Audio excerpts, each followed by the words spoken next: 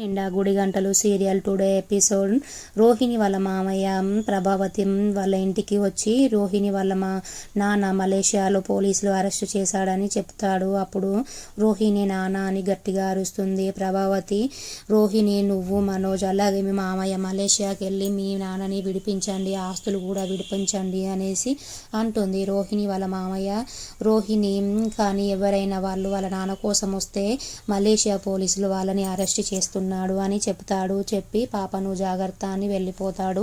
బాలు మీనాతో, రోహిణి వాళ్ళ నాన్న ఏమో విమానం ఎక్కాడు అన్నది, రోహిణి వాళ్ళ మామయ్యనేమో పోలీసులు అరెస్ట్ చేశాడు వాళ్ళ నాన్నని అని అంటున్నాడు. ఏది నమ్మాలో ఏది నమ్మొద్దో అర్థం కావడం లేదు అంటాడు.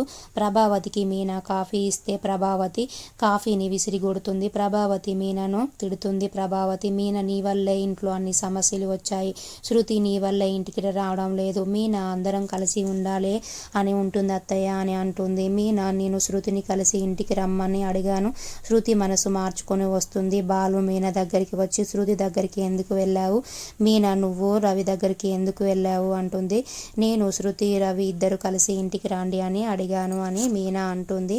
పాలరమ్మ వాళ్ళ నాన్న సంగతి ఏంటో తెలుసుకోవాలని బాలు అంటే, మీనా మనకెందుకు లేండి రోహిణి గురించి అంటుంది. మీనా, రవి శృతి ఇంటికి ఎలా రావాలో ఆలోచించండి అనేసి అంటుంది. రోహిణి దగ్గరికి దినేష్ పార్లర్కి వస్తాడు. వచ్చి హాయ్ కళ్యాణి అంటాడు. దినేష్, రోహిణి నేను మళ్ళీ పెళ్లి చేసుకుంటున్నాను కళ్యాణి అనేసి దినేష్ చెప్తాడు. దినేష్ రోహిణిని 1,00,000 రూపాయలు ఇవ్వు, నేను సింపుల్గా పెళ్లి చేసుకుంటున్నాను అనేసి అంటాడు. రోహిణి, నా దగ్గర ఎక్కడ 1,00,000 రూపాయలు ఇవ్వు అంటుంది. అప్పుడే మనోజ్ పార్లర్కి వస్తాడు. రోహిణి టెన్షన్ పడుతూ దినేష్ను పంపిస్తుంది. ఏంటి ఇలా వచ్చావు మనోజ్ అని రోహిణి అడిగితే, మా ఊరికే ఇలా వచ్చాను అనేసి మనోజ్ అంటాడు.